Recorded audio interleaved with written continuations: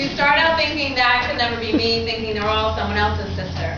Then you go one day and some young girl reminds you of your best friend at 17, or your baby sister, the names of whose friends you suddenly realize you do not know. Or you, the way you talked, dressed, felt at 16, and you finger your bright red visitor escort needed pass and remember how lucky you are. You start out full of illusions that this gift will be the gift that will change them like it changed you.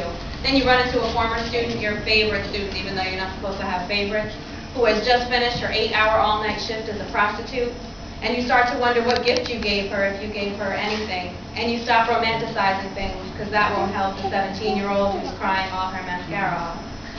You start out thinking you're a novelty, everyone's so quick to criticize, you imagine no one's done anything quite like this before, or else you wouldn't keep hearing how ridiculous it is. You know they're all prisoners, right? I'm sorry, you know they're all criminals, right? Then you meet someone at a reading, conference, panel discussion, and they've been teaching in the prisons longer than you've been alive, and you remember how your mother said you don't have to reinvent the wheel. You start out thinking it's all a labor of love, and you start out thinking it's all a labor of love, that you're so self-sacrificing, and aren't you such a productive member of the community.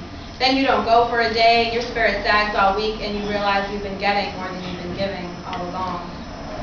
You start out thinking they need you or will come to need you to be the facilitator of their own creativity. Then one of your students comes to class with a poem she wrote the other night in her cell when she couldn't sleep. Quote, "It took me a while to realize how precious life is, hanging with the wrong crowd, always happy facing, and you're in better bed." And she didn't write it in your class, but she shows it to you proudly and wants, doesn't need your opinion, and you somehow feel ashamed.